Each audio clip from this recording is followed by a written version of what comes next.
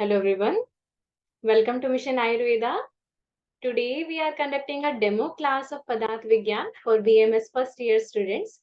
For that, Dr. Bharat Yashas sir will be taking your class. And I want to tell you that Dr. Bharat has completed his BMS from SDM UDP and MD from GMC Mysore. Doctor Bharat का बहुत अच्छा teaching experience रहा है along with he is very dedicated to his students and he always try to give his best of best in teaching क्योंकि पदार्थ विज्ञान को समझना और याद रखना दोनों ही एक टास्क है so Dr. Bharat will help you out through that definitely and let's extend a warm welcome for Dr. Bharat and welcome to Mission Ayurveda sir. Thank you for joining us and please guide our aspiring doctors for this subject. Over to you, sir. Yes, madam. Now, let me thank Dr. Alisha for introducing me. As ma'am said, myself, Dr. Bharat. Yes, I have done post-graduation in Ayurveda Samhita Siddhanta and I am a resident of Karnataka state. At present, I am working as an assistant professor in Karnataka in the city of Hassan. So, पहले आयुर्वेद के आदि गुरु धन्वंतरि देव को प्रणाम करते हुए हम यहाँ आज का डेमो क्लास शुरू करेंगे. इंट्रोडक्शन टू द सब्जेक्ट पदार्थ विज्ञान. हम सबको लगता है कि पदार्थ विज्ञान बहुत कठिन सब्जेक्ट है, हम इसको समझ नहीं पाएंगे एक ही तरीके से, मतलब एक बार पढ़ने से हम इसको समझ नहीं पाते. ऐसा क्यों लगता है? ऐसा लगता है क्योंकि पदार्थ विज्ञान में हमको मिलता है संस्कृत के ज्यादा शब्द मिलते हैं. वो संस्कृत के ज्यादा शब्द हम पहले हमारे प्रीवियस क्लासेस में नहीं सुने होते. जैसे हम फिजिक्स समझे होते हैं, केमिस्ट्री, बायोलॉजी, मैथमेटिक्स समझे होते हैं, और पदार्थ विज्ञान का हम इसका इंट्रोडक्शन ही हमें नहीं मिला हुआ होता है हमारे पिछले वाले क्लासेस में. ये पहला रीजन है क्यों हमें पदार्थ विज्ञान मुश्किल लगता है. दूसरा रीजन ये है कि ये पदार्थ विज्ञान ही बेसिक है. पदार्थ विज्ञान को समझे बिना हम आयुर्वेद में और कुछ समझना थोड़ा मुश्किल ही हो जाएगा. जैसे हम मान लीजिए जब हम नए नए से स्कूल शुरू किए थे, ABCD समझना भी हमें मुश्किल ही लगता था, पर बिना ABCD समझे हम सेंटेंस या वर्ड्स फॉर्म नहीं करते हैं ना. इसीलिए ये ही बेसिक है. इसको हम ऐसा ही समझना है कि हम फर्स्ट स्टैंडर्ड के स्टूडेंट्स हैं, हम बेसिक ही समझ रहे हैं. इसको एक बार में समझने जैसे बार बार इस पर हमको हमारा एफर्ट्स लगाना चाहिए और हम ये बेसिक से ही जाएंगे. आज का एक इंट्रोडक्शन टू पदार्थ विज्ञान सब्जेक्ट मैटर है. It composite of two words, that is पदार्थ एंड विज्ञान. पद अर्थ, देखिए ये कर्सर देखिए, ये पद प्लस अर्थ से ये पदार्थ शब्द बना है. पद वर्ड ए पद्यते, इस संस्कृत का मूल रूप से आया है, दैट विच गोस. पद पादाचारी कहते हैं ना, पादाचारी मतलब जो अपने पैदल चलते हैं उसको पादाचारी कहते हैं. पद्यते मीन्स दैट विच गोस. उसके अलावा और भी कुछ वर्ड्स है, foot, foot step, foot print, dignity, rank. हम बोलते हैं ना उस पद में गए हैं, वो ऊंचे के पद में है, ऑफिसर है, ये सब पद का मीनिंग होता है. ऊंचा पोजीशन भी उस वर्ड से हम ले सकते हैं. एक क्वार्टर और ए लाइन ऑफ स्टैंजा. जब भी हम एक श्लोक देखते हैं, उसका क्वार्टर मतलब एक चौथाई का हिस्सा, उसको भी हम पद बोलते हैं. मतलब एक श्लोक में 4 पाद होते हैं, उसका पहला या एक छोटा हिस्सा को हम पद बोलते हैं. अ कंप्लीट और इन्फ्लेक्टेड वर्ड इन ग्रामर. हम ग्रामर देखेंगे तो वो ग्रामर में क्या होता है, पद का मतलब है वो कंप्लीट अर्थ देने वाला एक वर्णों का समूह को पद बोलते हैं. ए पार्ट, पोर्शन और division. A term, specially a scientific term. A scientific term को हम पद बोलते हैं. और मीनिंग है अर्थ. अर्थ का मतलब होता है ऑब्जेक्ट, पर्पस, एंड और एम. मतलब जो हम चाहते हैं उसको अर्थ बोलते हैं. जैसे विद्या का अर्थ, जो विद्या चाहने वाला है उसको विद्यार्थी बोलते हैं. जो धन चाहने वाला है उसको धनार्थी बोलते हैं. और अर्थ वो भी होता है कि cause, motive, reason, ground, means आपका अर्थ क्या है, ऐसा पूछते हैं ना.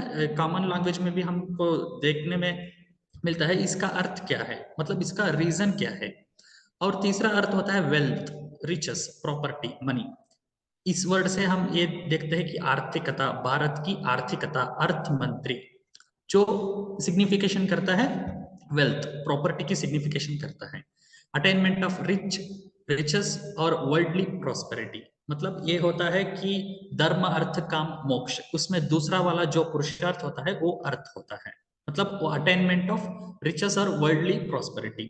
यूज, एडवांटेज, प्रॉफिट और गुड, इसके आर्थिक लाभ हुआ, उसका एडवांटेज हुआ, ये भी अर्थ का एक दूसरा मीनिंग होता है। और आस्किंग, बेगिंग, सूट और पिटिशन, ये डिक्शनरी में हमें ये सब मीनिंग्स अर्थ शब्द के लिए मिलते हैं। जब वो दोनों पदों को जोड़ेंगे तो ये अर्थ होता है पदस्य अर्थः पदार्थः, मतलब a meaning of a word. यो अर्थो अभिहितः सूत्रे पदे व स पदार्थः। पदस्य पदयोः पदानां व अर्थः पदार्थः, ये उसका मीनिंग आ जाता है। ये सुश्रुत संहिता में हमको आयुर्वेद की तरह से डेफिनेशन मिल जाता है। जैसे ma'am, can you help me to remove minimize this? No, okay okay. A term or pada which may consist of one word, two words or more words, that is, जिस वर्ण समूह में स अभिप्राय अथवा सार्थक अर्थ बताने की शक्ति हो उसे पद कहा जाता है। इसके लिए एग्जाम्पल आप ले सकते हैं। अपना अपना नाम के बारे में सोचिए। आपके नाम के कुछ वर्ड्स का जोड़ने से आपका नाम बना है और वो दूसरा का सिग्निफिकेंट करता है, एक अर्थ देता है।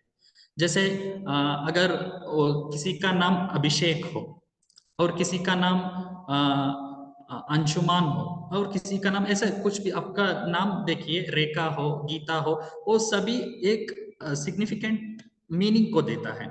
जिस वर्ण समूह, ए ग्रुप ऑफ वर्ड्स, स अभिप्राय, जो एक अर्थ बताने की क्षमता रखती है, तो उसे पद कहा जाता है। पदार्थ शब्द का अर्थ क्या हो गया? पदार्थ शब्द दो पदों से मिलकर बना है, जिसमें एक पद है व दूसरा अर्थ है। इसमें वर्णों के समूह, सार्थक समूह को पद कहा जाता है, अर्थ विषय को कहते हैं। अतः दोनों से मिलकर शब्दार्थ हुआ वर्णों के सार्थक समूह का विषय। ये तो बहुत बेसिक सा डेफिनेशन है पदार्थ क्या होता है। वर्णों के सार्थक समूह का विषय को पदार्थ बोलते हैं। निरर्थक शब्दों को मिलाने से किसी प्रकार का अर्थ नहीं निकलता, अतः उन्हें पद या पदार्थ नहीं कहा जा सकता है। जैसे या ऐसा शब्द किया, उससे कोई अर्थ नहीं निकलता। जो अर्थ निकाला जाता है उसी को ही पदार्थ बोलते हैं। ये बेसिक रूल है। और उसके लिए कुछ लक्षण भी बताए गए हैं। पदार्थ का लक्षण क्या होता है? ये प्रशस्त पद भाष्य में हमको मिलता है कि अस्तित्वम, अभिधेयत्वम, प्रमेयत्वम व पदार्थ सामान्य लक्षण। षण्णाम अपि पदार्थानाम अस्तित्वम, अभिधेयत्वम, ज्ञेयत्वानि। पद द्वारा प्रतिपाद्य अर्थ विषय को पदार्थ कहते हैं। ये हम पिछले स्लाइड में देखे हैं। चहों पदार्थों में अस्तित्व, अभिधेयत्व, अस्तित्व मीन्स एग्जिस्टेंस होना, पहले उसका अस्तित्व होना चाहिए, वो एग्जिस्ट होना चाहिए। अभिधेयत्व, नाम वाला होना चाहिए, जो है उसको हम एक नाम देने जैसा उसमें प्रॉपर्टी होना चाहिए। और ज्ञेयत्व, ज्ञान का विषय होना चाहिए, वो पाया जाता है, अतः पदार्थ कहते हैं। जैसे आप यहाँ स्क्रीन पे देख सकते हो, पहला एक फुटबॉल का है। फुटबॉल पहले एग्जिस्ट करता है, पहले वो होता है, और उसको हम एक नाम दे सकते हैं। मतलब फुटबॉल जो पैरों से खेला जाता है उसे फुटबॉल कहता है। और वो मैटर ऑफ सब्जेक्ट, मतलब उसके बारे में हम समझ सकते हैं। ऐसा नहीं है कि वहां कुछ है उसके बारे में हम कुछ समझ नहीं पा रहे, तो उसे पदार्थ नहीं कहा जाता। जैसे दूसरे पिक्चर में देख रहे हैं, कुछ स्वीट्स हैं, उस एक एक स्वीट्स को पहले वो एग्जिस्ट होता है, उसको एक नाम देते हैं और उसके बारे में हम समझते हैं। और दूसरा तीसरा पिक्चर में देख सकते हो, वो किताब के बहुत सारे किताब वहां रखे हुए हैं। So a padartha is defined as anything which is having existence, anything that could be understood or anything could be spoken of. इसे संस्कृत में इसे जैसे आप यहाँ देख सकते हैं कर्सर में ये रेड मार्क किया है ना, ये तीनों की पॉइंट्स हैं। पहला क्राइटेरिया क्या है? अस्तित्व, प्रमेयत्व, प्रमेयत्व और ज्ञेयत्व दोनों एक ही है, हम उसे समझ सकते हैं। और अभिधेयत्व, उसको एक नाम दे सकते हैं। जो कुछ भी इस तीन क्राइटेरिया को फुलफिल करते हैं तो उसे हम पदार्थ बोल सकते हैं। और चरक संहिता में, और चरक संहिता तो आयुर्वेद का बहुत ऑथेंटिक सोर्स है, उस चरक संहिता में हमको 6 पदार्थों का नाम मिलता है, वही पहले चैप्टर में। सामान्यं च विशेषं च गुणान् द्रव्याणि कर्म च समवायं च तज्ज्ञात्वा तंत्रोक्तम विधिमास्थिताः। आयुर्वेद दर्शन, आयुर्वेद में भी 6 पदार्थों का ही वर्णन किया है। इसका कारण है कि अभाव, कई लोग ये इन 6 पदार्थों के साथ अभाव को भी एक पदार्थ मान लेते हैं। उसका रीजन ये है, अभाव स्वतः सिद्ध पदार्थ न होने से किसी कार्य की सिद्धि न होती है, नहीं होती है। किसी भी भाव पदार्थ से रोगोत्पत्ति होती है और उसकी चिकित्सा भी भाव पदार्थ से ही है, क्योंकि अभाव मान लेने से चिकित्सा नहीं होती। ये इस रीजन हमको मिलता है। आयुर्वेद में 7 पदार्थ नहीं मानते, आयुर्वेद में 6 ही पदार्थ मानते हैं। वो है सामान्य, विशेष, गुण, द्रव्य, कर्म और समवाय। These 6 are the bhava padarthas according to Ayurveda. Bhava padarthas are given importance because though these are, through this there is rogotpatti and roga upachara. Rogotpatti is the तंत्रोक्तम विधि मास्थिता, इसके बारे में चाहिए तो तंत्रोक्तम, इस तंत्र में बताया गया है। विधि मास्थिता मतलब विधि इसी में ही स्थित है। तद ज्ञात्वा मतलब उसको समझने से, तत् ज्ञात्वा इन 6 पदार्थों को समझने से, तद ज्ञात्वा तंत्रोक्तम विधिमास्थिता, आप इस तंत्र की विधि को समझ पाएंगे। ये इसका मीनिंग है। Therefore, abhava is not considered as it is not helpful in rogotpatti and roga upachara. Abhava, no karya based on abhava. Knowledge of shabda got by shrotrendriya. Absence of shabda is also through shrotrendriya. Therefore, abhava is not mentioned. आप समझिए कि आपके हाथ में mobile है, ये आप अपने स्पर्शनेंद्रिय टच से समझ रहे हैं। आपके हाथ में मोबाइल नहीं है, ये भी आप टच से ही समझ लेंगे। मतलब एक ही इंद्रिय उसका एग्जिस्टेंस और नॉन एग्जिस्टेंस दोनों को समझता है, इसलिए उसको अलग से हम पदार्थ नहीं समझते हैं। एक एक करके देखेंगे। पहला होता है द्रव्य। यत्र आश्रिताः कर्म गुणाः कारणम समवायी यत् तत् द्रव्यम, ये बेसिक डेफिनेशन है। मतलब जो भी ये इस डेफिनेशन को फुलफिल करेगा, पूरा करेगा, उस सभी को हम द्रव्य बोल सकते हैं। जिसमें कर्म एवं गुण आश्रित रहे एवं जो अपने कार्य द्रव्यों के प्रति समवायी कारण हो, उसे द्रव्य कहते हैं।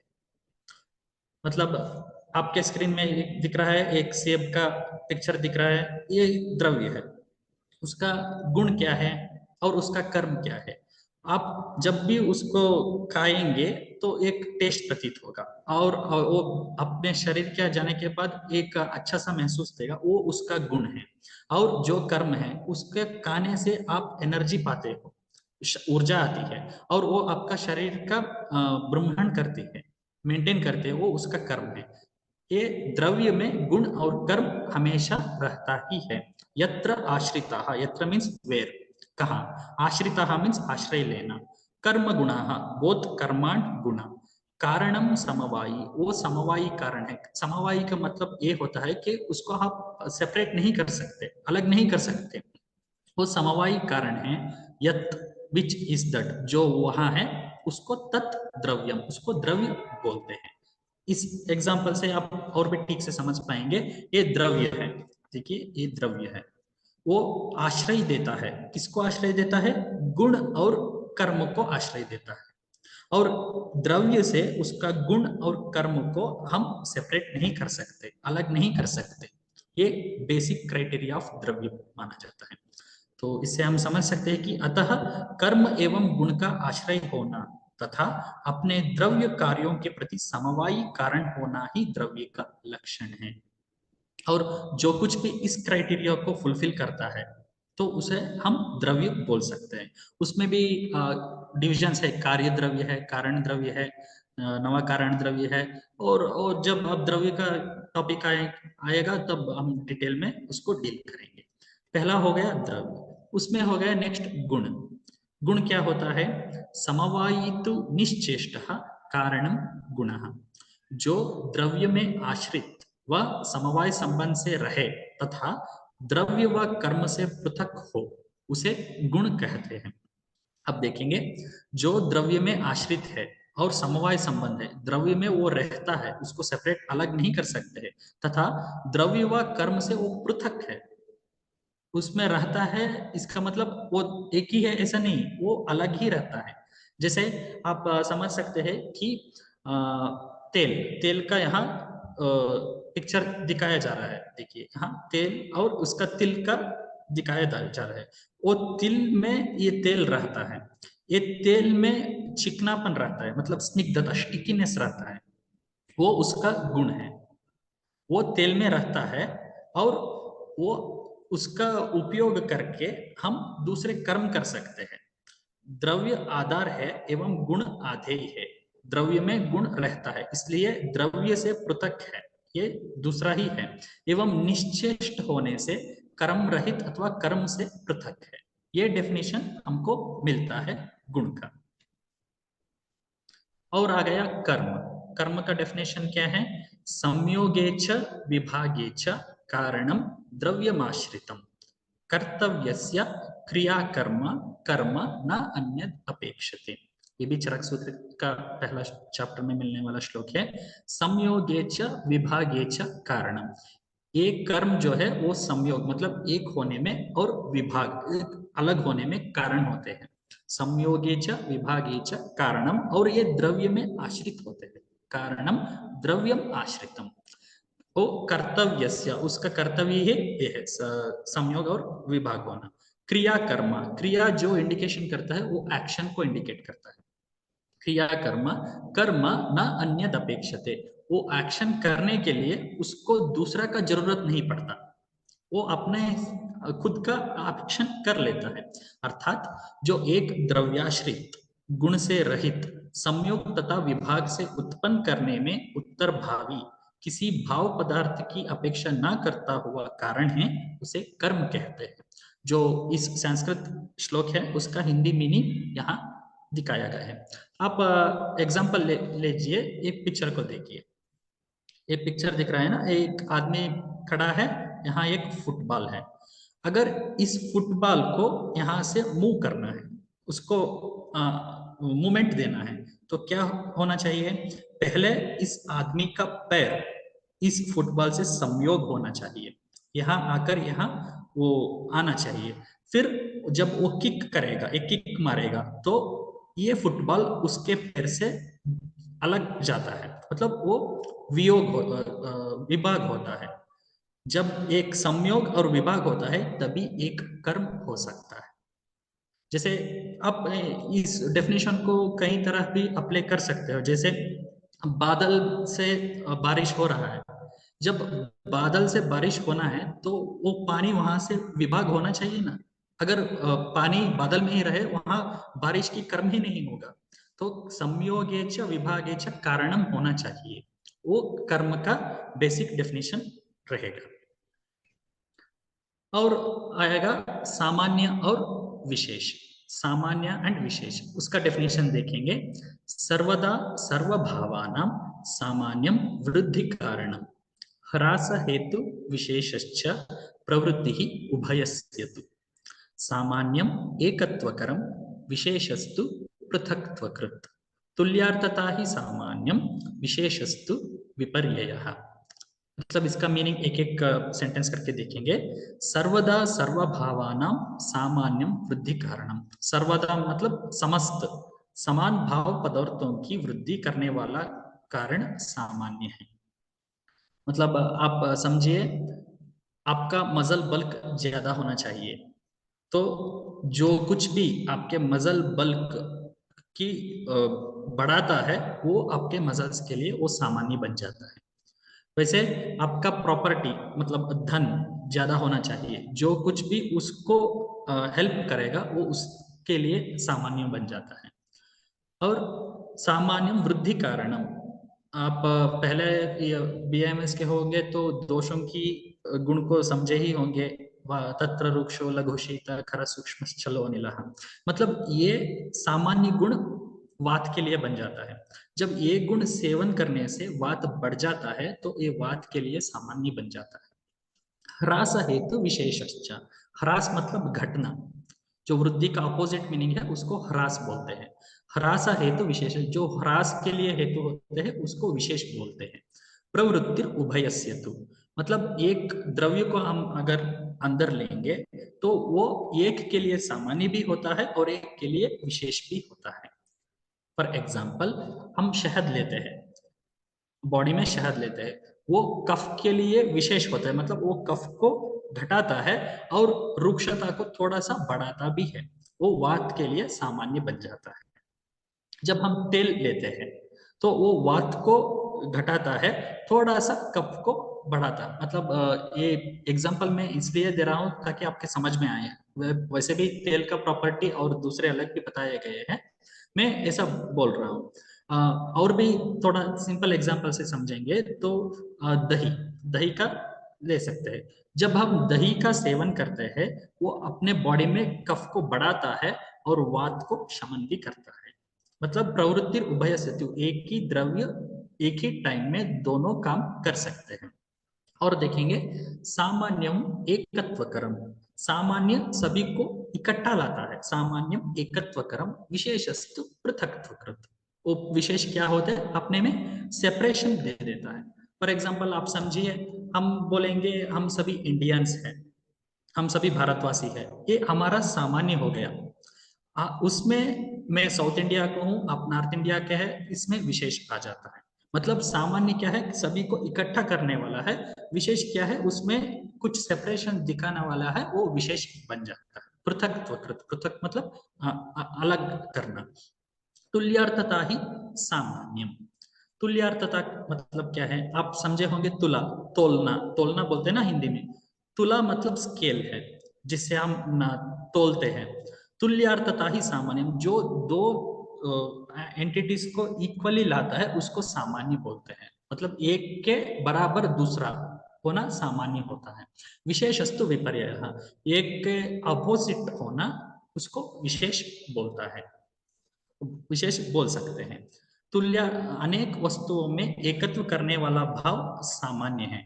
तुल्यार्थ बोधक ज्ञान ही सामान्य कहलाता है। ये सामान्य का क्राइटेरिया मैंने यहाँ डिस्प्ले किया है। अब हम विशेष का देखेंगे। ह्रास हेतु विशेष होता है। ह्रास मतलब घटना, जैसे मैंने बोला था, उसी एग्जाम्पल को देखेंगे। अगर कोई दुर्मांस ग्रो हुआ है, उसका ग्रोथ हुआ है, उसको आप घटाना चाहते हैं तो आयुर्वेद में क्षार कर्म करते हैं। क्षार, अगर आप क्षार को अप्लाई करेंगे वो मांस घट जाता है, वो उसको जला देता है। ह्रास का कारण विशेष होता है। जैसे देखिए यहाँ ह्रास का कारण विशेष होता है। पृथक करने वाले पदार्थ को विशेष कहते हैं। दैट विच विल सेपरेट, एक पृथक मतलब अलग करने वाले पदार्थ को विशेष कहते हैं। सामान्य का ठीक विपरीत विशेष गुण होता है। जैसे मैंने एग्जांपल दिया ऐसे ही, अगर आपको थोड़ा चिकनापन चाहिए तो आप तेल लगाते हैं। अगर थोड़ा ड्राइनेस चाहिए, चिकनापन बहुत ज्यादा है, थोड़ा ड्राई होना चाहिए, स्किन सूखा होना चाहिए, तो पाउडर लगाते हैं। तो ये उसका एग्जैक्टली अपोजिट गुण होता है।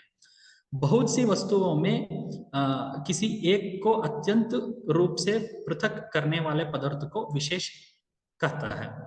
मतलब एक बहुत सारे बकरियों का बकरों का भेड़ है, उसमें आप इसी को पृथक करके देते हैं। देखो वो बड़ा वाला है, उसका हाँ सींग ऐसा है, ऐसा ऐसे आप क्या दिखाते हैं ना, वो विशेष गुण बता लाता है। विशेष नाम का एक पदार्थ सबसे अंतिम है और नित्य द्रव्यों में रहता है। मतलब विशेष उतना भी सेपरेट हो जाता है और उससे अलग आप नहीं कर सकते, वो नित्य द्रव्यों में भी रहता है। जैसे जल से अग्नि विशेष है, एक तो शीतल है एक तो उष्ण है, ऐसे हम विशेष को समझ सकते हैं। और आएंगे फाइनल पदार्थ, छठवां पदार्थ, दैट इज समवाय। समवायो अपृथक भावो भूम्यादीनां गुणैर्मतः स नित्यो यत्र हि द्रव्यम न तत्र अनियतो गुणः। एक एक वर्ड से देखेंगे। समवायो अपृथक भावो, उसको अलग नहीं कर सकते, अपृथक भावो भूम्यादीनां गुणैर्मतः, जो कुछ भी भूमि आदि पंच महाभूतों से उसका गुण है वो भूम्यादीनां गुणैः मतः बोल सकते हैं। स नित्यो यत्र ही द्रव्यम न तत्र अनियतो गुणः, मतलब जब भी द्रव्य उसमें रहता है और वो गुण उसमें इनसेपरेबल, अलग बिना अलग करने के भाव से रहता है, उसी को समवाय बोलते हैं। पृथ्वी आदि द्रव्यों के साथ गुणों का पृथक न होने वाला संबंध समवाय कहा जाता है, वह नित्य है। उस संबंध, वो रिलेशन जो है ना, उसे नित्य बोलते हैं। वो हमेशा रहता ही है। जहां द्रव्य रहता है वहां नित्य रूप में समवाय संबंध रहता है और नियमित रूप से गुण भी वही रहता है, मतलब उसके अलग नहीं कर सकते। उसका एक एग्जांपल एक पिक्चर में आप देख सकते हो। जब भी वहां आग होती है उसमें उष्णता रहता ही है, जब भी एक आइस क्यूब होती है उसमें शीतलता रहती ही है, मतलब हम उसको सेपरेट नहीं कर सकते। उस संबंध को हम समवाय बोलते हैं जो अलग नहीं किया जा सकता। So, Padartha Vijnana in Ayurveda is all about study in detail about these 6 पदार्थ। हमने पहले क्या देखा, पद का अर्थ देखा और अर्थ का भी अर्थ देखा, मतलब पद क्या होता है, अर्थ क्या होता है। अब पदार्थ क्या होता है, और आयुर्वेद में पदार्थ को कौन कौन से पदार्थ को माने हैं। सो आयुर्वेद में पदार्थ मतलब ये 6 ही होते हैं, द्रव्य, गुण, कर्म, सामान्य, विशेष, समवाय। इन 6 द्रव्यों को समझना ही सिंपल भाषा से आयुर्वेद का पदार्थ विज्ञान माना जाता है। जैसे अब हम हमारा सिलेबस देखेंगे, एनसीईआरटी का सिलेबस, पहले वो उन्होंने देता है इंट्रोडक्शन टू आयुर्वेदा, पदार्थ विज्ञान, ये सब इंट्रोडक्शन है। उसको समझने के बाद वो दर्शन शास्त्र के बारे में बताते हैं। दर्शन शास्त्र वो एक अलग शाखा है, उसको क्यों पढ़ना है, वो क्या है, क्या कैसे समझना है, वो उस दर्शन शास्त्रों के बीच में आता है। उसके बाद जो भी आता है वो सभी इन षट पदार्थ ही है। द्रव्य, गुण, कर्म, सामान्य, विशेष, समवाय, ये आपका पेपर 1 के सिलेबस में रहता है। और पेपर 2 के सिलेबस में चतुर्विध प्रमाण रहते हैं, प्रत्यक्ष, अनुमान, आप्तोपदेश, युक्ति और अन्य प्रमाण जैसे उपमान, हेत्वाभास, कार्यकारण सिद्धांत, यही आपका पेपर 2 में रहता है। इन 6 पदार्थों को ठीक से समझना ही आयुर्वेद में पदार्थ विज्ञान है। और इसके बारे में कुछ कोई डाउट्स है तो आप पूछ सकते हैं। Thank you so much, sir, for taking this class. And literally, I feel your class is very straightforward, detailed, and very accessible manner for students. And I hope students को भी ये topic बहुत अच्छे से समझ आए होंगे। Still, अगर उनकी कोई query है, then they can ask accordingly. वो group पे भी बाद में जो है text कर सकते हैं, हमारे feedback form को fill कर सकते हैं। And that's all for today. Thank you so much, Bharat sir. And we'll update you soon for the next class schedule. Thank you, everyone.